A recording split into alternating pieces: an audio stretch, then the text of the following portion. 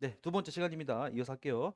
이 동장 유체가 이제 연소 가스가 있는데, 그러면 가스를 하면은 기본적으로 당연히 기체 아닌가요? 근데 왜 액체도 있다 그래요? 그쵸? 기체, 액체 어느 상태에 존재한다 했잖아요. 그러니까 이게 액체가 중요한 건데, 기체가 열을 받아가지고 기화가 돼가지고 기체가 됐지만, 반대로 열을 빼앗기면 어떻게 돼요? 기체가 열이 뺏기면 뭐가 될까요? 액체가 되겠죠. 그럼 액체가 되는 게 좋은 거야, 안 좋은 거예요? 안 좋은 거잖아요. 그렇죠? 그러니까 연료가 다시 액화가 된다는 거는 좋은 게 아니에요. 근데 때에 따라서는 온도를 막 뺏겨가지고 조온에 의해서 생길 수 있는 액체가 있을 수도 있다라는 것만 일단 인지하면 돼요. 알았죠? 그래서 기본적으로는 기체로 하는 겁니다. 연소가스로.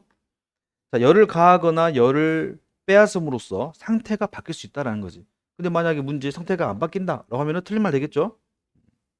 자, 넘어가서 4페이지 보면 사이클이라고 했죠. 사이클. 이제 반복적으로 일어나는 돌림을 사이클 또는 주기라고 한다. 라고 되어 있는데, 자, 사이클 얘기하고 갑시다. 지금 사이클이 이렇게 결국은 한 바퀴를 돌든 두 바퀴를 돌든 전체적으로 연소가스의 힘에 의해서 도는 거잖아요. 돌아서 결국은 이 크랭크 축을 돌려서 축계를 돌린 다음에 프로펠러를 돌리는 거잖아요. 그러면 이 전체가 한 바퀴를 돌아가지고 오는 사이클이라는 게 있어. 사이클이라는 게. 그게 뭐냐면은 흡입, 압축, 폭발, 배기. 요 네 가지의 사이클이 있는데 하나는 흡입이라고 하는 거는 뭘 흡입할까요? 공기를 흡입하는 소리겠죠. 처음에는 공기를 흡입하는 거예요. 예, 흡입. 그 다음에 압축. 올라가면서 압축을 하는 거죠. 받은 공기를. 그 다음에 폭발. 내려가면서 빵 하면서 피스톤 내려가는 거죠. 빵 하면서 폭발. 그 다음 배기는 올라가면서 안에 있는 연소가 다 된 나머지 가스를 내보내줘야 되겠죠? 그러면 배기. 이렇게. 그래서 피스톤이 내려가면서 흡입하고 올라가면서 압축하고 내려가면서 폭발하고 올라오면서 배기하는 요 네 가지를 우리가 한 사이클이라 그래요.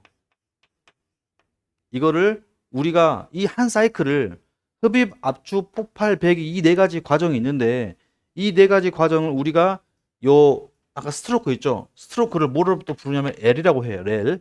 그러면 흡입하는 과정을 1L, 압축도 1L, 폭발도 1L, 배기도 1L 이렇게 있는 거잖아요. 그러면 이 네 가지 과정을 4L로 하면 4L을 한 사이클로 진행하면은 이걸 우리가 사행정 기관이라 불러요.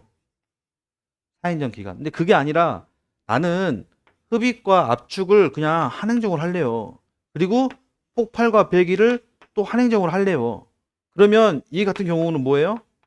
이행정으로 한 사이클을 돌린 거잖아요. 그럼 이런 경우는 우리가 이행정 기간이라고 하는 거죠. 그럼 당연히 효율적인 면에서는 각각의 행정이 나눠져 있는 게 훨씬 더 효율적인 게 좋은 거잖아요. 그렇죠? 각 행정의 입장에 볼 때는 행정의 입장에 볼 때에는 흡입하는 그 자체로는 한 방을 흡입 혼자 쓰는 거랑 한 방을 흡입과 압축 같이 쓰는 건 당연히 효율이 흡입이 좋죠. 이 부분은. 근데 뭐가 있냐면은 방이 4개가 필요하다는 게 커진 거예요. 근데 이 두 개는 방이 몇 개만 있으면 돼. 두 개만 있으면 되는 거니까 작아지겠죠. 그러니까 엔진 입장에서는 작은데 이거를 효율이 조금 떨어지더라도 작게 쓰지만 그게 훨씬 더 가성비가 좋지 않냐. 작아지니까. 그래서 이행정에 우리가 선박에서는 이행정을 쓰는데 그 이유가 가성비가 좋아서 쓰는 거예요. 효율이 좋아서 쓴다기보다는. 근데 그게 효율이 좋다 말할 수도 있지. 근데 기본적인 각각의 행정의 입장에서는 효율이 좋은 거는 사행정이다. 근데 이행정을 대형기관에 쓴다라고 하는데 우리가 지금 사이클을 하는 거는 결국은 흡입, 압축, 폭발, 배기. 이때는 공기죠, 공기.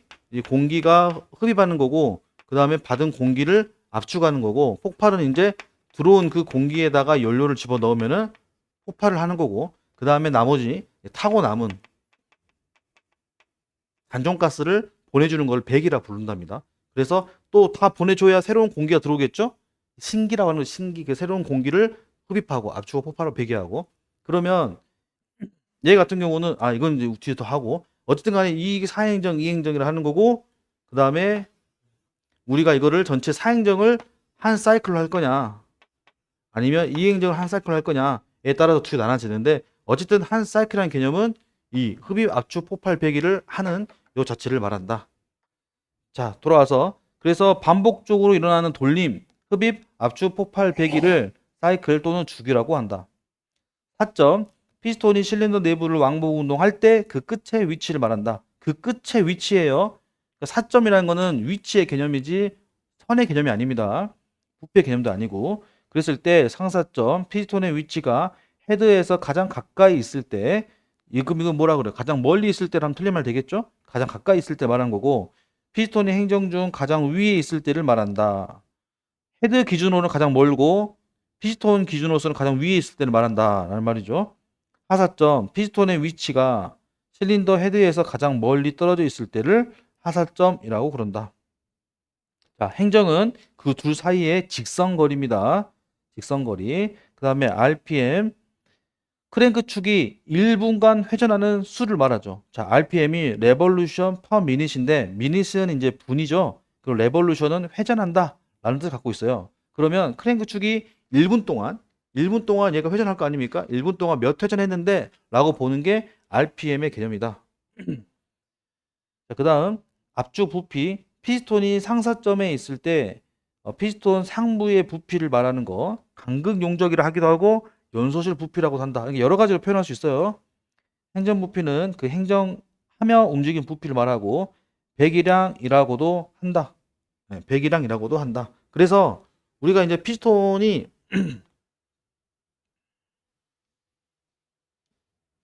있을 때 이제 이게 피스톤이 이렇게 있으면 이 피스톤이 이렇게 위에 내려다 보면 이렇게 동그랗잖아요. 동그랗거든요. 그럼 동그라면 이 공간을 이제 우리가 단면적 A라 하고 그 다음에 여기 아까 우리 행정 L이라고 하는 거죠. 그러면 이 자체 부피 있죠. 부피. 이 부피는 어떻게 나와요? 당연히 단면적에다 곱하기 L 하면은 전체 부피가 나오겠죠. 부피가 나오겠죠. 그래서 우리가 나오는 부피의 개념은 A에 곱하기 L인데 지금 여기 A는 단면적은 우리가 원의 넓이기 때문에 파이 R의 제곱 L이라고 표현할 수 있겠죠. 그렇죠? 원의 넓이는요. 파이 R 제곱이 이건 암기하는 거예요. 파이 R 제곱. 그럼 파이 R 제곱이라 할 때 요 R은 뭐냐면 R은 반지름 말이에요. 반지름. 그럼 반지름이니까 우리가 만약에 D를 주어졌어. 지름. 그러면 단면적이 D인 뭐 몇인 실린더가 있다 라고 하면은 여기다가 D를 넣을 때는 어떻게 넣어야 돼요? D를 2분의 D라고 넣어야 되겠죠. 그게 R이잖아요. 지름의 절반이 반지름이니까. 그러면 파이 곱하기 그 다음에 R 대신에 D를 쓴다 그러면 2분의 D의 제곱 곱하기 L 이렇게 표현할 수도 있겠죠. 그러면 얘를 풀었으면은 파이 4분의 2의 제곱은 4니까요. 그 다음에 D의 제곱 L 이렇게 표현할 수도 있겠죠. 그래서 예전에 14년도에 여러 가지 이런 공식을 가지고 나온 게 있었는데 그래서 부피라는 개념은 이렇게 접근할 수 있겠다. 그래서 이런 부피의 개념은 A와 L을 곱한 겁니다. 단면적과 L을 곱한 거예요. 피스톤이 행정운동하며 움직인 부피 이거를 배기량이라고도 한다. 우리가 뭐 2000cc 엔진 이런 거 있잖아요. 그게 배기량을 말하는 거죠. 2.5 터보 디젤 그렇죠? 배기량. 자, 실린더 부피, 압축 부피와 행정 부피를 뺀 부피가 아니고 합한 부피예요. 두 개 합친 거를 실린더 부피라 그런다. 자, 압축비 피스톤이 하사점에 있을 때 피스톤의 부피를 피스톤이 상사점에 있을 때 압축 부피로 나눈 값을 압축비라 그런다. 네, 이 말은 똑같은 말이죠. 우리가 배운 거랑 하사점에 있을 때에 그때를 전체 값 아닙니까? 그 전체가 실린 부피이고 위로 쭉 올라가면은 그 부피는 무슨 부피예요? 압축 부피잖아요. 그러니까 압축 부피로 전체를 나누겠다라는 의미죠. 압축비를 크게 하려면 압축 최적을 작게 하든지, 그러니까 머리가 작든지, 아니면 키가 크든지 이 말이잖아요. 그래야 압축비가 커진다. 피스톤의 행정을 길게 해야 된다. 일반적으로 압축비가 높을수록 연료 소비율은 감소, 이거 연비가 좋다는 거예요. 연료 소비율은 감소하고 평균 유효 압력은 증가한다 라고 되어 있어요. 자, 여기서 나오는 평균 유효 압력 있죠. 압력. 평균 유효 압력이란 거는 우리가 이제 연소실에서 이렇게 때리잖아요. 그러면 연소가스가 힘을 주면 얘가 힘을 받고 내려갈 텐데 그때 그 압력이 이 연소가스에 의한 압력이 있을 텐데 우리가 보통 P는 A분의 F라고 표현하거든요. 압력은 단면적에 그 작용하는 수직으로 때리는 그 힘을 말해요. 그러면 힘은 처음에 폭발을 빡 했으니까 세요, 안 세요? 엄청 세겠죠. 근데 이게 팽창을 하면서 점점 힘이 떨어지겠죠. 그러니까 그러면은 여러분 피스톤에 받는 힘이 몇이에요? 라고 말할 때 가장 처음 할 때는 너무 세서 얘로 말하기 그렇고 근데 얘가 BDC로 넘어왔을 때의 힘은 또 너무 약하니까 얘로 말하기 그렇고 그러니까 애매하니까 뭘로 쓰는 거야? 평균이라 쓰는 거죠. 평균. 그럼 평균이란 말은 피스톤이 처음에 연소가스가 폭발 빵 해가지고 생기는 이 힘, 큰 힘과 그 다음에 점점 내려가면서 힘이 떨어질 거 아니에요. 그 모든 전체 힘의 값을 뭐 하는 거예요? 단면적에 적용하는 역값을 평균으로 나눈 거죠. 평균 전체. 그러니까 이 평균을 나눈다는 의미는 결국은 전체 임하는 이 그 피스톤에 작용하는 이 힘을 뭐로 나눈 걸까요? 당연히 행정 부피겠죠. 현준아, 일어나야 돼. 자, 피스톤이 위에 올라가서 폭발을 빵 했어요. 그 다음에 내려갔어요. 그러면 여기가 힘이 작용하는 공간은 솔직히 행정 최적이잖아요. 행정 최적을 통해서 전체 힘을 받고 있는 거잖아요. 그래서 행정 최적으로도 전체 힘을 나눌 수 있다라고 말할 수도 있고, 아니면 쉽게 생각했을 때는 피스톤이 움직이면서 받고 있는 처음부터 끝까지의 전체 힘의 평균을 말하는 거구나 라고 이해하시면 되겠습니다. 아시겠죠? 그래서 평균 유효 압력이라는 거는 피스톤이 처음에 연소가스에 의해서 받는 전체의 힘의 평균을 말한다 라고 이해하시면 되고, 그러나 압축비를 크게 하면 압축비가 크다는 거는 너무 압축 최적이 작다는 소리죠. 그리고 실린더 부피가 커지는 거고, 그러면 최대 압력과 최고 온도가 높아지므로 이에 견딜 수 있는 고급 재료를 사용해야 하는 문제점과 실린더를 냉각하는 데 열 손실이 크고 운전 시 진동과 소음이 생기게 된다라고 되어 있죠. 그러니까 너무 이제 압축을 크게 하면 힘이 너무 세지니까 열이 너무 가해지지 않냐 이 말이죠. 그래서 보통 우리가 이제 디젤기 같은 경우는 압축 열로 하는 거기 때문에 보통 압축비가 막 18, 24까지도 막 고압하는 거고 가솔린 기관은 한 7 정도, 7에 10 정도 이렇게 되죠. 그러니까 그래서 이 정도의 가솔린은 그렇게 높은 압축비가 필요 없어요. 그다음에 디젤 기관이 압축을 해서 쓰는 기관이기 때문에 이게 이제 더 많은 압축비가 들어가는 거죠. 자, 6번 평균 밑에 있는 공식 있죠? 공식 여러분 시험 문제에서 만약에 뭐 압축비가 몇이다, 실린더 부피가 몇이다, 뭐 이렇게 나오면은 압축비 구할 수 있겠죠? 혹은 압축비가 몇이다를 준 다음에 뭐 실린더 부피 주고 그럼 압축비가 몇이냐 이렇게 물어볼 수도 있잖아요. 이거는 필수입니다. 이건 갖고 계시고. 자, 6번 평균 유효 압력. 연료가 연소하여 피스톤이에요. 피스톤에 작용하는 평균 압력. 이걸 뭐 예를 들면 뭐 크랭크 축에 작용한다. 틀린 말이고요. 피스톤이 실제로 움직이기 때문에 받고 있는 전체적인 평균인 거고, 평균이라 할 때는 나눠주는 값이 있어야 되겠죠? 그게 이제 최적을 말한다면 행정 최적을 말하게 될 겁니다. 자, 속도라는 개념이 있죠. 속도.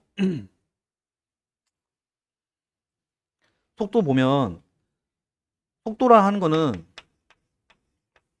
우리가 야, 너 참 빠르다.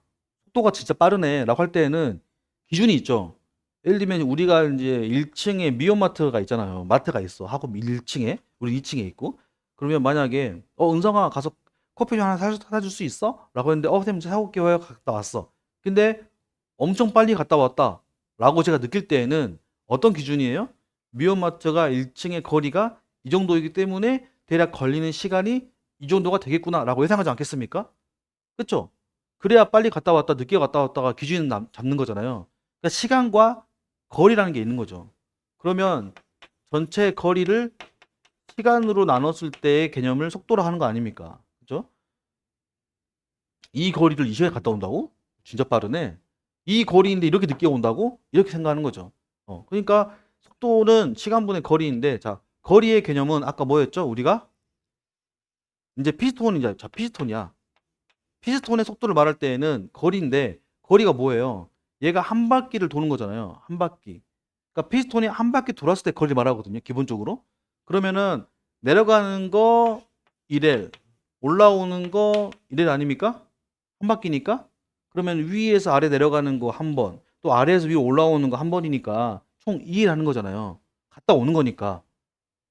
그쵸? 은성이가 마트 갔다 오는 거잖아요. 그러니까 피스톤이 갔다 오는 거예요. 갔다 오는 거니까 거리는 2L이 되겠죠. 2L. 이 L을 우리가 몇 초냐면은 초 단위로 나눠줘. 속도는 기본적으로. 그럼 초니까 S겠죠? S. 초. 자, 근데 우리가 아까 엔진 같은 경우에는 RPM이라는 개념을 쓰기 때문에 분당 회전수를 써요. 분당 회전수. 그러면 여기다가 분당 회전수니까 RPM인 N을 곱한단 말이죠. 그러면 이 L을 N만큼 갔다 왔다는 말은 1분당 L, 1분당 N이 10이라면 1분당 10바퀴 돌았다. 이런 말이잖아요. 1분당 10바퀴 돌았다. 그럼 얘는 지금 개념이 무슨 개념이에요? 퍼 미닛이니까 분이잖아요. 근데 우리는 지금 시간이니까 초니까 분을 초로 바꿔줘야 되겠죠. 그럼 몇 수로 바꿔야 돼요? 얘를? 1초가 그렇죠. 1초가 아니고 60초로 바꿔줘야겠죠. 그래서 피스톤의 속도는 60분의 2ln이 되는 거예요. 아시겠죠? 그러면 이제 이거 가지고 이제 우리가 뭐 거리가 몇이다. 거리가 뭐 3m다. 몇 초다. 나올 수 있죠. 속도가 몇이다. 근데 몇 초 갔다 왔다. 그럼 몇 미터냐? 뭐 이런 거. 또 RPM 몇이다. 이런 것들 가지고 우리가 구할 수가 있다는 겁니다. 자, 속력은 운동체가 단위 시간에 운동한 거리로서 단위 시간에 운동한 거리예요. 방향을 생각하지 않는 것.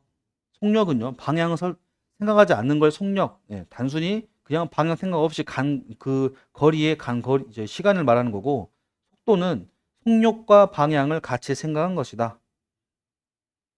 그러니까 위에 내려갔다가 아래에 올라오는 걸 생각한다라는 말이죠.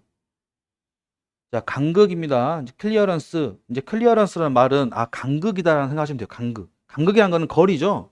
너와 나의 거리. 이걸 간극이라는 거죠. 그걸 우리가 클리어런스를 합니다. 자, 톱 클리어런스는 가장 위에 있는 간극을 말하겠죠. 피스톤이 상사점에 있을 때 상부 틈을 말합니다. 그럼 피스톤이 하사점에 있을 때라만 틀 말 되겠죠. 위에 있는 거니까요. 탑입니다. 피스톤의 톱 클리어런스가 크다는 거는 그만큼 간극이 크다는 거죠. 거리가 크다는 거예요. 압축비가 적고 압축 압력이 낮아지므로 열 효율이 낮아진다. 반대로 작으면 너무 작다는 소리죠. 연소재 부피가 너무 작아지니까 와류라는 거는 소용돌이 같은 흐름을 말해요. 공기 흐름. 와류가 나빠지고 연료와 공기의 혼합이 나빠져서 불완전 연소를 일으키기 쉬우며 또 피스톤이 실린더 헤드, 흡기 밸브, 배기 밸브 등에 닿을 염려가 있다라고 했어요. 이제 공기의 혼합이 나빠졌다는 말은 연료와 공기하고 잘 섞여가지고 연소를 해야 되는데 잘 안 섞여서 좀 연소 상태가 나쁘다 이런 말로 이해하셔도 돼요. 처음에는. 자, 피스톤이 실린더 헤드, 흡기 밸브, 배기 밸브 등에 닿을 염려가 있다라고 했어요. 그 흡기 밸브와 배기 밸브는 어디 있냐면 여기 위에 헤드에 있어요. 헤드에. 우리가 4행정 같은 경우에는 이렇게 이제 흡기 밸브, 배기 밸브 이렇게 4행정 같은 경우는 이렇게 위에 있답니다. 그러면 얘가 이제 열리고 닫히고 이렇게 하는 거거든요. 밸브가. 그러면서 이제 당연히 우리가 흡입행정일 때는 어때야 돼요? 얘가 열려 있어야 되겠죠? 그렇죠? 그 다음에 압축일 때는 압축을 해야 되니까 둘 다 닫혀 있어야 되겠죠? 압축을 해야 되니까 빠져나가면 안 되니까요. 근데 폭발할 때도 마찬가지 둘 다 닫혀 있어야 되겠죠? 근데 배기할 때는 어때요? 배기 밸브만 열리면 되겠죠? 맞죠? 흡입할 때는 흡입만 열리고 배기는 배기 때 열리고 압축과 폭발할 때는 닫혀 있으면 되는 거고. 그러니까 서로 열어 닫혀주고 하는 게 흡입과 배기 밸브의 역할이다 라고 보시면 돼요.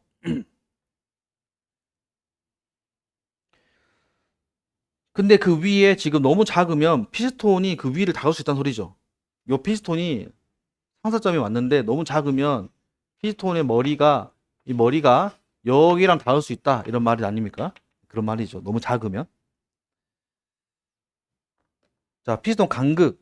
피스톤은 기관이 작동할 때 열에 의한 팽창을 하기 때문에 상온에서 실린더 사이에 어느 정도 간극을 둔다라고 하는 말은 무슨 말이냐면 자, 여기 보시면 지금 피스톤이 이렇게 있잖아요. 그럼 피스톤이 쇠기 때문에 쇠는 열을 받으면 팽창하거든요. 그럼 열 받으면 팽창한단 말은 얘가 이렇게 늘어난단 말이잖아요. 바깥으로. 그럼 늘어난다는 말은 여기 있는 실린더 끝점하고 얘하고 어떤 소리요? 두 개가 당연히 더 붙겠죠. 피스톤이 팽창하니까. 그러면 이 피스톤 간극이란 거는 여기와 여 사이를 피스톤 간극이라고 하는 거예요. 이해하셨죠? 네, 여기. 탑은 어디였어요? 여기서 여기가 탑 클리어런스고 여기가 피스톤 간극이에요. 그러면 팽창을 하기 때문에 상온에서 실린더 사이에 어느 정도의 간극을 둔다. 이것을 피스톤 간극이라 하며 실린더 내경과 피스톤의 최대 외경과의 차이로 나타낸다. 실린더의 내경. 실린더의 내경이라는 건 어디예요? 이 실린더가 이렇게 있으면 이 내경을 여기 말하겠죠. 여기가 내경이죠. 내경 안쪽으로 말하는 거죠. 그리고 안에 피스톤이 들어가 있지 않겠습니까? 그럼 피스톤 입장에서는 이 끝과 끝점이니까 외경을 말하겠죠. 그러니까 자 보세요. 뭐가 차이냐면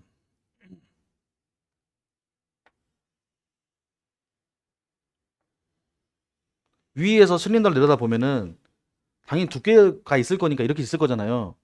그러면 실린더의 내경은 어디를 말하는 거예요? 여기를 말하는 거고, 만약에 실린더의 내경 여기를 말하는 거고, 실린더의 외경을 말하고 싶으면은 여기를 말하겠죠. 이렇게 끝점. 이해하셨죠? 그러면은 당연히 여기는 내경을 말해야 되겠죠? 간극은 외경을 말하는 게 아니고 내경을 말한다는 말이에요. 이해하셨죠? 문제에 간극을 설명할 때 외경이 나오면 틀린 거라고요. 내경과 당연히 피스톤이 있었을 때 그 피스톤의 끝점을 말하는 거니까 당연히 여기 있는 외경을 말해야 되겠죠. 여기 외경과 여기 내경 이 사이 이거가 지금 우리가 뭐라고 했어요? 여기가 지금 간극이라고 했잖아요. 피스톤 간극 여기 이런 거니까. 현준 알았지? 여기 사이가 간극이다. 그래서 시험 내기 좋잖아요. 어디에 외경이 뭐 외경이 내경이 헷갈리잖아요. 그러니까 요건 확실하게 알고 가시고. 자, 간극이 너무 작으면 이런 말은 무슨 말이에요? 이 사이가 공간이 없다는 거잖아요. 없으면 어떤 현상이 있냐? 실린더에 소손 염료가 있다. 소손은 깨진다는 거예요. 그리고 너무 크면 여기가 너무 공간이 많이 있다는 말이겠죠. 그럼 연소가스가 나와가지고 일로 셀 수 있겠죠, 아래로.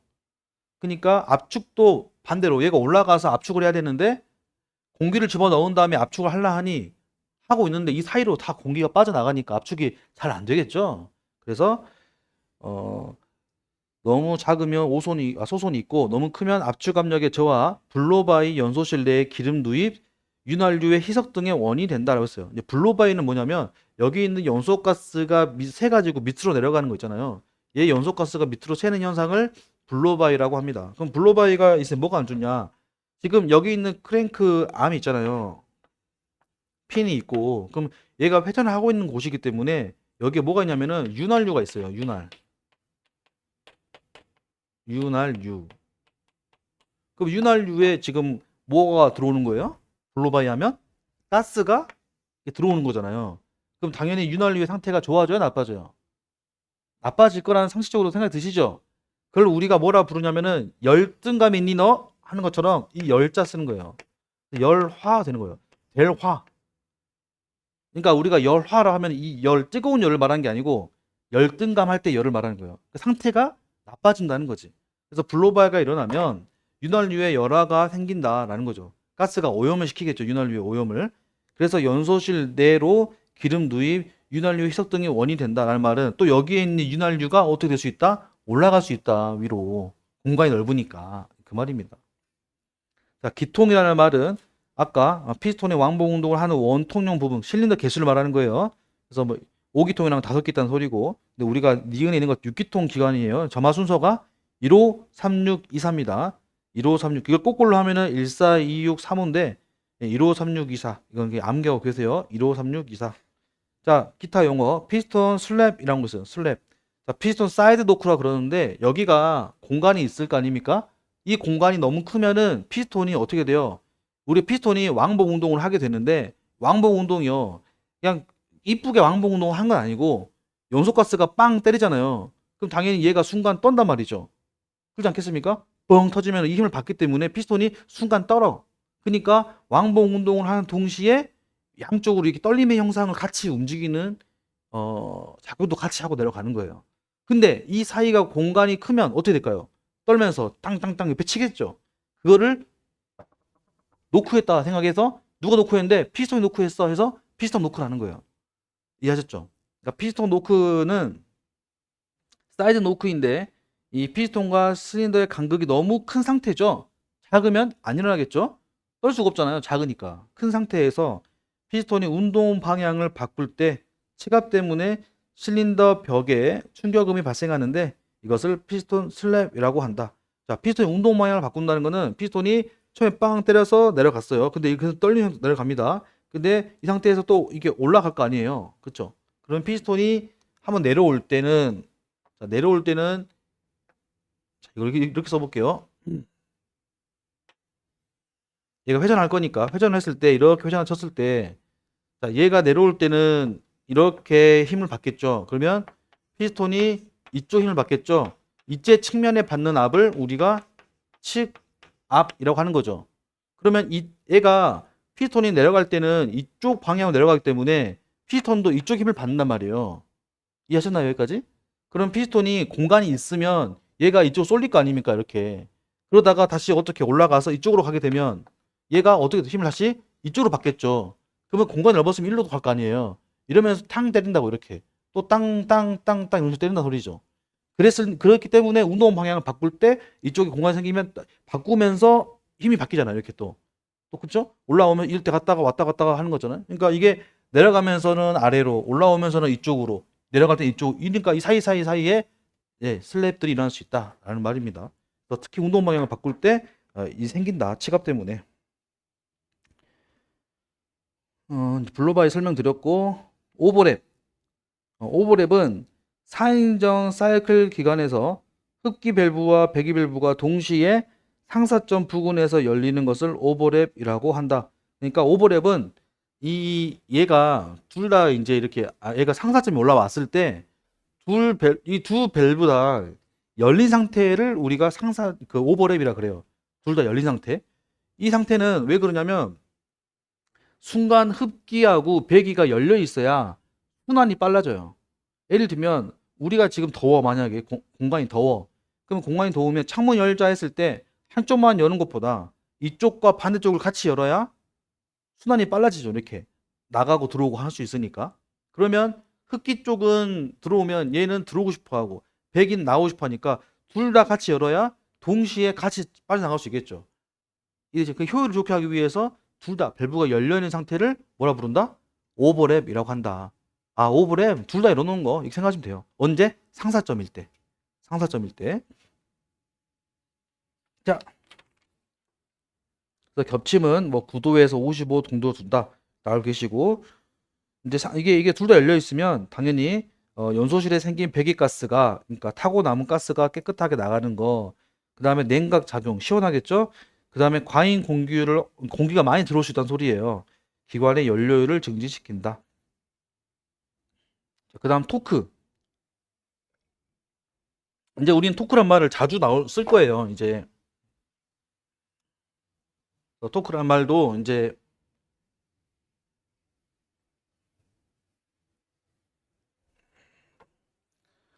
토크는 우리가 이렇게 막대기가 있잖아요. 그러면 이 막대기가 여기에 중심을 놓고 여기다가 힘을 가해요. 힘을 가하면 얘가 회전하지 않습니까? 그러면은 이 회전을 하려고 하는 그러니까 여기서 회전하려고 하는 요 자체 힘 중심을 놓고 이쪽으로 힘을 주면은 회전하려고 하는 이때 발생하는 그 힘을 우리가 회전력이라고 하는 거죠. 토크라고 하는 거예요. 그러니까 토크라는 개념은 단순히 이쪽 방향으로 미는 힘이 아니고 뭘 하려고 하는 힘? 회전하려고 하는 힘을 말해요. 회전을 하려고 하는 힘. 이게 토크를 말하는 거죠. 그러니까 우리가 자동차 엔진이든 선박 엔진이든 몇 토크를 할 때는 당연하죠. 우리는 움직이는 회전을 힘을 말해야죠. 회전하는 힘, 그 힘이니까 자, 외부로부터 저항을 이기고 물체를 회전시키려고 하는 힘, 그 힘을 말한다. 그래서 토크는 우리가 이제 보통 이게 짧은 것보다 이게 긴 상태에서 얘를 미는 게 토크 입장에서는 훨씬 더 큰 회전력을 갖겠죠. 그렇잖아요? 얘 회전하는 얘의 회전력보다 이 장대 막대기를 돌리는 그 힘이 훨씬 세지 않겠어요? 그쵸? 그래서 이 잔체가 이제 있고, 그 다음에 우선 이제 엔진 자체도 짧은 이렇게 회전력보다는 장행전 기간이 훨씬 더 큰 토크를 갈 수가 있겠죠. 그쵸? 크게 도니까. 그래서 우리가 지금 토크는 그렇게 보면 될 것 같고,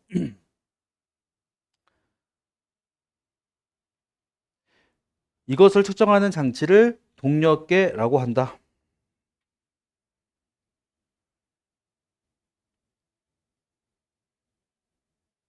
자, 그 다음. 그래서 토크는 아까 있었던 이 힘이잖아요. 이 힘의 단위는 우리가 뉴턴이라고 쓰는데, 요 뉴턴하고, 그 다음에 아까 말한 길이 있죠. 요 길이. 이 길이하고를 곱했을 때의 그 토크의 힘이 이제 우리가 이렇게 볼 수 있다 하거든요. 근데 이제 여기 자체를 우리가 이제, 어, 킬로그램 힘이라고 표현을 하는데, 토크가 자체가 이제 아까, 우리 토크를 할 때 누르는 힘과 그 다음에 길이, 요 두 가지가 합해서 길의 길면 길수록 회전력은 더 커진다. 그럼 이제 이걸 이제 생각했을 때, 여러분, 그, 손흥민 선수가 토트넘 아닙니까? 그쵸? 그러니까 토크는, 네, 토크넘. 맞죠? 토크넘. 맞죠? NM이라고요. NM. 알았죠? 그래서 N은 뭐라고? 힘과 거리를 말한다. 두 가지 곱을 한다라 생각하면 된다. 알았죠? 자, 우력이라고 하는 거는 짝힘을 말해요. 양쪽에서 이렇게 반대의 방향으로서 힘을 주었을 때 그때 나오는 힘을 우리 짝힘이라는 거고, 원심력은 모든 회전하는 물체는 회전하는 중심 방향으로부터 떨어져 나가려고, 그러니까 바깥으로 가려고 하는 힘이 생기는데 이것을 원심력이라고 하고, 이건 이 기본이죠. 라 하는 거고, 그 다음에 원심력은 회전수의 제곱에 비례하여 이 원리를 이용한 것이, 자, 조속기가 있고 원심 펌프가 있고 청정기가 있다. 이게 다 누구 힘을 이용한 거라고요? 원심력을 이용. 지금은 안 배웠으니까 모르겠지만 차츰 배우면 어쨌든 간에 이런 기계들이 원심력을 이용하는 것들이구나 라는 거고, 그 반대의 개념이 구심력이에요. 자, 크기가 같은데 방향이 반대인 중심 방향으로 작용하는 힘을 우리는 구심력이라고 한다. 자, 그 다음 뉴턴의 운동 법칙 보겠습니다. 자, 1법칙이 이제 관성의 법칙인데, 이제 어떤 물질이 힘을 주면 그대로 있고 싶어 한다는 거잖아요. 어떤 물체의 외력이 작용하지 않으면 정지한 물체는 영원히 정지하고 운동하는 물체는 영원히 등속도 직선 운동을 계속하려 하는데, 이것을 뉴턴의 1법칙이라고 한다. 그러니까 1법칙은 관성의 법칙. 그럼 피스톤의 입장에서 아까 피스톤이 이제 움직여서 빵 때려가지고 내려갈 거 아닙니까? 그러면 얘가 내려올 때 얘는 당연히 얘도 내려오려고자 하는 뭐가 있어요? 관성이 있겠죠? 내려오고 싶잖아요. 내려가는 방향으로 힘을 주고 있으니까 관성이 있겠죠. 그러면 이 관성에서 타고 와서 이제 얘가 와서 올라갈 거 아닙니까? 그쵸? 그럼 운동 방향이 바뀌는 거는 관성의 방향이 바뀌는 거잖아요. 그렇지 않습니까? 그럼 피스톤 입장에서는 내려와서 하고 올라온 거잖아요. 그쵸? 하고 올라와서 또 올라갔다가 위에서 빵 때려서 내려올 거 아니에요. 근데 그래서 이제 이 크랭크 축 입장에서는 회전하는 부분에서는 이 피스톤이 갖고 있는 관성력 때문에 크랭크 축 입장에서는 힘이 들어요, 안 힘들어요? 힘이 들죠. 그쵸? 힘이 들 거 아니에요. 왜냐면은 내가 지금 여러분이 크랭크 축의 입장 생각해 보세요. 그럼 피스톤이 여기서 나는 내려. 근데 위에 있다가 아래로 내려가는데, 내려갈 때는 어떻게 하고 싶어? 엔진을 막 더 밑으로 미루고 싶을 거 아니에요. 내리고 싶을 거 아니야. 근데 나는 올려야 되고. 그러니까 회전력 하긴 하지만 이 아래쪽에서 받는 힘이 상당히 크다는 거죠. 관성 때문에.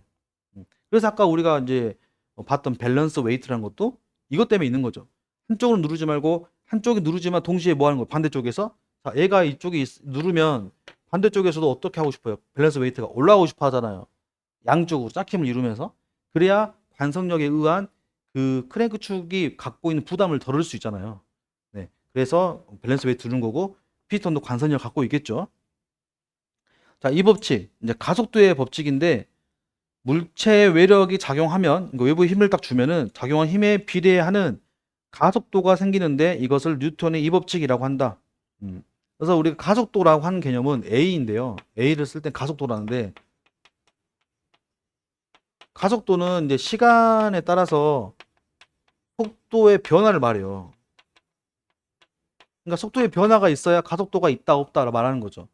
예를 들면 처음에는 속도가 낮았는데 점점점 갈수록 속도가 빨라지면 이건 가속이 붙었다 말하는 거고, 속도가 처음 빨랐는데 속도가 적으면 감속한 거잖아요. 가속도가 떨어진 거죠. 근데 처음 시작하는 것도 30km, 끝에도 30km면 가속이 없는 거죠. 이럴 때는 가속이 0이라는 거죠. 속도가 0이 아니라 가속이 0이라는 거. 그래서 가속의 개념은 속도의 뭘? 변화를 말한다. 속도의 변화가 있는 거를 우리가 가속의 개념이라고 한다. 그러면 가속이 생기려면 당연히 뭐가 있어야 돼요? 외부에 힘이 들어와야 늘어나는 거 아닙니까? 엑셀을 밟아야 자동차가 밀겠죠. 그렇죠. 그래서 이 가속도는 물체의 외력이 작용해야 그게 비례해가지고 가속도가 생긴다라는 거고, 작용과 반작용의 법칙이란 거는 물체의 힘을 작용시키면 작용한 힘과 크기가 같고 방향이 반대인 반작용의 힘이 물체에 미치는데 이것을 뉴턴의 3법칙이라 한다. 쉽게 말하면 제가 이 칠판을 빵 때리면은 칠판도 아프지만 내 손도 아프다. 그쵸? 힘을 같이 가면. 그러면 이 말은 우리가 이 프로펠러가 물을 치잖아요. 프로펠러가 돌면서 물을 치잖아요. 그쵸? 여기 있는 물이 끌어다가 일로 보낼 거 아닙니까? 물을 보낼 거 아니에요. 그러니까 프로펠러가 물하고 만나겠죠. 여기서 물하고 만나서 물을 밀 거 아닙니까? 너 가 이렇게 하고. 그러면은 이게 작용인 거고, 반작용은 뭐예요? 그 물이 또 프로펠러를 미는 거죠. 그쵸? 프로펠러가 물을 밀지만 물이 프로펠러도 밀지 않아요. 그쵸? 그 힘을 우리가 작용 반작용이라는 거죠. 그럼 결국은 선박에 나가는 이유는 뭐 때문에 그래요? 프로펠러의 반작용의 힘 때문에 나가는 거죠. 나가는 힘은 프로펠러가 물을 치고 물이 프로펠러를 치기 때문에 나가는 거죠. 맞죠? 그걸 우리가 뭐라 부르냐면은 추력이라고 하는 거지, 이때. 추진력. 그러니까 추진력의 그 근본은 작용 반작용이죠. 그래서 추력이라는 거는, 추진력이 생긴다는 거는 프로펠러가 물을 쳤기 때문에, 잘 치면 잘 칠수록 추진력은 커지죠. 왜냐면 잘 칠수록 물도 잘 치니까 프로펠러를 같이 이렇게 주고받고 하는 거죠. 그래서 그거를 몇 법칙? 3법칙. 뉴턴의 3법칙, 작용과 반작용의 법칙이라고 하는 겁니다. 이건 우리가 이제 중학교 때 배웠었죠. 예. 자, 그다음 내연기관의 이제 장단점이죠. 아까 내연기관은 크게 보면 우리가 연소가스 자체가 내부에서 만들어진다라고 했잖아요. 그러면 우리가 이렇게 피스톤이 있을 때 이 내부에서 지금 이렇게 힘을 받는 거고, 지금 만약에 똑같은 거라 해도 보일러에서 물을 끓여서 여기서 스팀을 만들면 이 스팀의 힘으로 올 수 있는 거잖아요. 외연기관은. 그러니까 이게 외연이잖아요.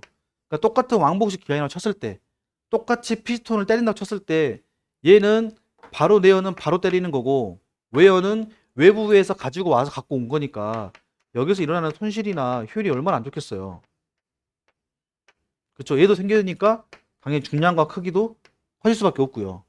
그렇죠? 그래서 다만 내연기관이 대부분 좋은데, 내연기관은 뭐가 있냐면 열을 가지고 바로 때리기 때문에 열에 의한 내력이 겁나 중요해요. 그러니까 얘가 선생님 그러면은 무조건 열만 높이면 좋은 거 아닌가요? 좋죠. 그건 맞아요. 근데 벗어낼 수 있냐는 거야. 너무 뜨거운데. 근데 얘는 사실 열이 아니고 증기의 압력을 이용한 거예요. 증기의 압력. 그러니까 얘는 지금 열이 아니잖아요. 증기의 압력을 때린단 말이에요. 그러니까 열로 바로 때리는 것보다야 압력으로 때리는 게 버텨내는 힘은 훨씬 좋죠. 그래서 큰 마력 있죠. 대마력. 대마력 같은 경우에는 얘가 낫죠. 오히려 더. 그러니까 엄청나게 빠른 속도로 열을 가해가지고 막 하는 거는 얘는 안 맞고 오히려 외연기관이 맞아요. 왜냐면 얘는 바로 열을 때리는 게 아니기 때문에. 한번 봐볼게요. 내연기 장점. 소형이다. 보일러가 없잖아요. 외부에 따로 뭐 필요 없잖아요. 운반이 편리하고 소형을 제어할 수 있다. 보일러가 없기 때문에 외연기관에 비해 중량과 체력이 작다. 연료의 실린더 내에서 직접 연소하니까 효율이 좋다. 손실이 없잖아요, 별로. 그 다음에 연료 소비율이 낮다. 기관의 시동이나 정지나 속도 감속 조정이 쉽다. 시동 준비가 간단하다. 왜냐면은 시동할 때 만약 외연기 같은 경우에는 증기를 쓰기 때문에 물을 끓여야 되거든요. 그러니까 이게 시간이 걸려요. 근데 얘 같은 경우는 물을 끓이지 않잖아요. 그냥 바로 공기 넣고 연료 때리는 되지 않습니까? 그러니까 얘는 더 간단한 거죠. 그런 부분에서. 그래서 그 다음에 감속 조정 쉽다라는 말도 증기의 압력으로 만들어내는 압력 가지고 조절하는 거랑 여기서 나오는 힘을 조절하는 걸 따지면 내연기관이 훨씬 더 조정하기는 쉽죠. 그래서 그 말인 거고요.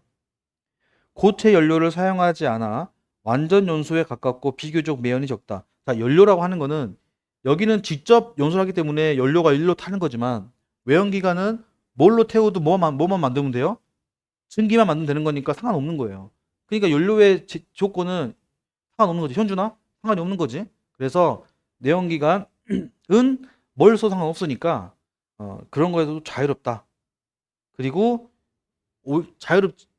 여기가 자유롭다는 말이고 여기는 지금 고체 연료 사용하지 않고 여기는 내부적으로 연소를 해야 되니까 겁나 연료에 대한 좀 제한이 많죠. 대신에 좋은 걸 쓰기 때문에 그런 부분에서는 완전 연소에 가깝다라는 말입니다. 연료율이 높으므로 동일 중량의 연료를 적재했을 때 같은 연료를 적재한다 쳤을 때 당연히 여기가 효율이 좋기 때문에 항해할 수 있는 거리가 연장되어 항속 거리가 길다. 항해할 수 있는 속도, 항해할 수 있는 이 속도의 거리가 높다라고 말하는 거죠. 자, 단점은 뭐야 그럼?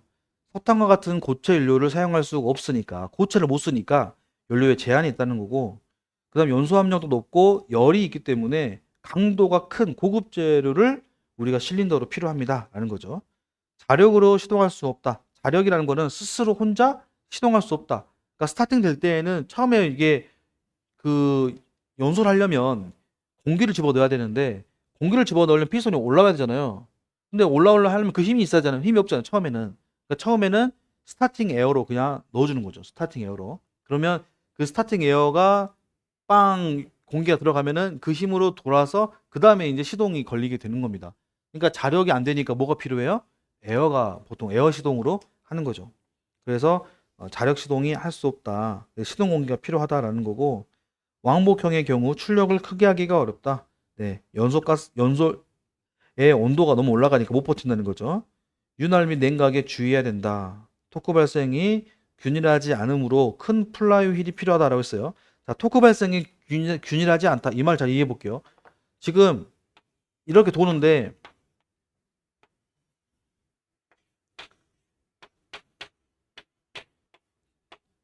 자, 이렇게 연결돼서 칠게요. 여기 연결됐어. 회전해. 근데 토크가 균일하지 않다라는 말은 첫 번째는 얘만 볼 때에는 처음에는 얘가 연소가스가 들어와서 힘이 세니까 빵 하면은 얘가 받는 힘이 처음에 어떨까요? 세죠. 근데 이게 내려가면서 힘이 점점 줄잖아요. 그러면 당연히 회전력은 어떻게 돼요? 아까쯤에 토트넘에서 N이 바뀌잖아요. 계속 누르는 힘이. 그러니까 회전 토크도 바뀌는 거잖아요. 계속. 처음엔 셌다가 나중엔 약하고 처음엔 세고 약하고 이게 반복되는 거 아닙니까? 이게 회전력이 균일하지 않는 거잖아요. 그러면 균일하지 않으면 아까 제가 말씀드린 관성에 따라서 얘 아래 입장에서는 너무 힘들잖아요. 안 맞잖아요. 그렇죠? 그래서 그렇기 때문에 얘가 너무 부하를 많이 먹기 때문에 크랭크 축에서 많이 먹기 때문에 그러지 말고 여기다가 큰 바퀴 하나 더 할게. 큰 바퀴 하나. 그럼 얘가 무슨 역할을 하냐? 얘가 만약에 처음에 힘을 빵 줬을 때 힘의 전달을 다 할 거 아닙니까? 이런 데다가 전체에다가 그 힘을 누가 받냐면 얘가 받는 거죠. 얘가. 그러니까 처음에 얘가 움직였을 때 그 움직이려고 하는 그 큰 힘, 이걸 우리가 운동 에너지를 하죠. 처음에 움직이려고 하는 그 힘을 다 움직이고 싶지만 그게 아니라 얘가 그 운동 에너지를 얘가 받는 거죠. 그러면은 얘도 있고 얘도 있겠죠. 그러면은 처음에 이 격차가 있었을 때 힘이 셀 때 움직일 때는 얘가 머금고 있다가 같이 움직이는 거죠. 축에 맞물려 있으니까. 있다가 얘가 힘이 떨어질 쯤 되면은 이 녀석도 같이 돌고 있기 때문에 큰 바퀴 돌고 있기 때문에 얘가 가지고 있는 관성의 힘으로 얘를 밀게 해주는 거죠. 같이. 그러니까 쓸 때는 그러니까 완충양치를 해주는 거예요. 플라이휠이. 큰 바퀴가 누가 회전시켜요? 처음에 폭발했던 연소가스의 그 힘이 플라이휠 돌게 하는 거고 연소가스 힘이 약해졌을 때는 오히려 플라이휠 힘이 어차피 돌잖아요. 관성으로. 그러니까 그 힘으로 돈다는 거죠. 근데 아무래도 고속보다는 조속일 때 효과가 더 크지 않겠습니까? 조속일 때? 조속일 때는 얘가 그래도 믿음직스럽잖아요. 크게 돌고 있으니까. 근데 고속일 때는 별로 의미가 없겠죠. 고속일 때는 계속 빵빵빵 하고 있으니까, 얘가 빨리 돌고 있으니까, 얘가 뭐 힘의 전달이 서로 상호 주고받는 게 얼마나 있겠어요. 고속일 때는. 근데 저속일 때가 효과가 좋죠. 그리고 토크가 서로 다를 때에도 좋죠. 얘가. 뭐 하는 거예요? 얘가 지금 폭발해서 크랭크 축 입장에서 힘이 지금 세게 가는 거랑 얘가 세게 가는 거랑 계속 다르잖아요. 그러면 크랭크 축 입장에서는 이번에 2번 실린더가 꽝 하고 이번에 1번이 꽝 하고 3번이 꽝 하니까 축 입장에서는 너무 막 왔다 갔다 하니까 힘들지 않겠어요? 이거 맞춰주려면? 그러니까 막 약간 이 서로 이 축 입장에서는 힘 줬다가 이렇게 하니까 힘이 들죠. 근데 그 모든 힘을 누가 가져간다? 플라이휠이 가져가서 이 오버되는 힘은 플라이휠이 가져가서 머금고 있다가 관성 힘으로 계속 돌려준다. 이 역할을 해주는 거예요. 그러면은 플라이휠의 역할은 뭐예요? 얘는 플라이휠의 목적은 회전력을 균일하게 하는 거죠. 토크의 균일화. 아까 밸런스 웨이트는 뭐였어요? 진동, 그쵸? 진동을 줄이는 거 아니었습니까? 얘는 회전력을 균일하게 하는 거죠. 회전력을. 토크. 회전하려고 하는 그 힘 자체를 균일하게 하는 목적이 플라이휠이 된다라는 거예요. 자, 그래서 큰 플라이휠이 필요하다. 장시간 저속 운전을 하면 연료의 불안전 연소가 발생하여 기관 부품의 마모 및 손상을 초래하기에 장시간 저속 운전이 곤란하다라고 했는데 안 되는 건 아니고요. 저속 운전이 좀 곤란하다라는 뜻이에요. 왜냐하면 우리가 왕복 운동을 하는 거는 아래에서 그 공기를 받아가지고 올라오는데 그 올라올 때 어느 정도 속도가 붙어가지고 싹 올라와줘야 공기가 순간 압축이 딱 되면서 온도가 탁 올라가거든요. 그래서 공기 온도가 최소 300도 이상 딱 올라가줬을 때 그 압축된 공기의 그 고온의 온도에다가 연료를 딱 넣어주면 폭발을 빵 하게 되는데 이게 이제 천천히 올라오면은 쉽지 않죠. 이게 공기 빵 그 온도 올라가는 게. 그래서 안 되는 건 아닌데 좀 공기 상태가 압축 상태가 별로 좋지 않고 온도도 그렇게까지 올라가기가 좀 어려울 수도 있다라는 겁니다.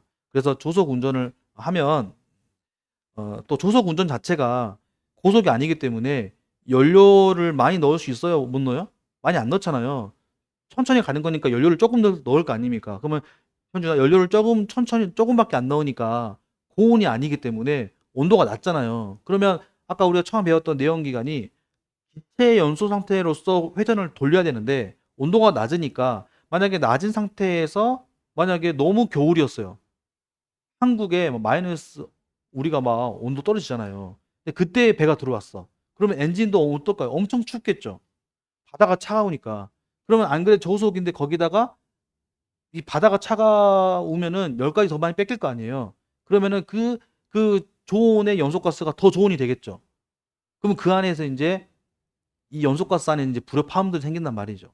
그러면 거기에서 나오는 여러 가지 문제점들이 생기다 보니까 조속 운전이 좀 곤란하다는 거죠. 왕복기관은. 내연기관의 단점을 말한 겁니다. 자, 압축비가 높으므로 기관의 진동과 소음이 크겠죠. 구조가 복잡하고 취급이 어렵다. 그냥 내연기관의 그러니까 외연기관은 보통 이렇게 만들어서 바로 그냥 쏘면 되는데 여기는 약간 이제 밸브도 있고 그다음에 연료 분사 밸브도 있고 뭐 여러 가지가 있어요. 이 안에 그러니까 장비가 복잡하기 때문에 그런 말 하는 거고요. 각부의 마모가 크며 따라서 기관의 수명이 짧다. 자, 이번에 외연기관. 기관에 별도로 설치된 보일러 내에서 연료를 연소시켜 만든 과열 증기입니다. 밑줄. 과열 증기예요. 이거를 이제 뭐 포화 증기, 물론 포화 증기도 맞는 말이지만 과열 증기가 정확히 있는 게 맞는 말입니다. 과열 증기를 기관에 보내어 동력을 발생시키는 기관이다. 이제 과열 증기는 뭐냐면 우리가 이제 물이 100도가 되면 끓잖아요. 그럼 증기가 만들어지잖아요.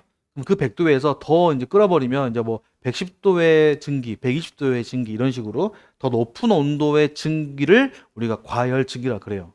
알았죠? 과열 증기라 한다. 보내어 동력을 발생시키는 기관이다. 열의 이용이 간헐적이므로 열 효율이 30% 40%이다. 입니다. 쉬었다 하겠습니다.